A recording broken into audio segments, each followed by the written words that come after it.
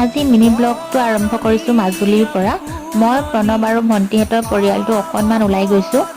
আমি যে হাঁহিয়ে থাকোঁ, ইটো সিটো কথাত আমাৰ জমনি চলিয়ে থাকে।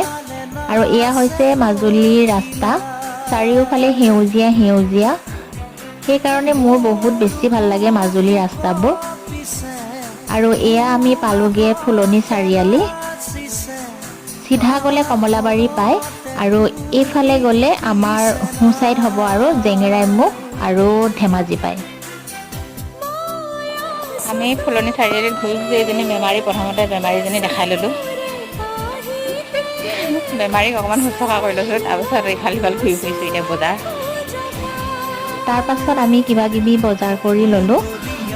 বহুত সময় নাথাকিলোঁ বাৰু তাতে। আৰু এয়া ঘৰলৈ অলপ মিঠাই লৈ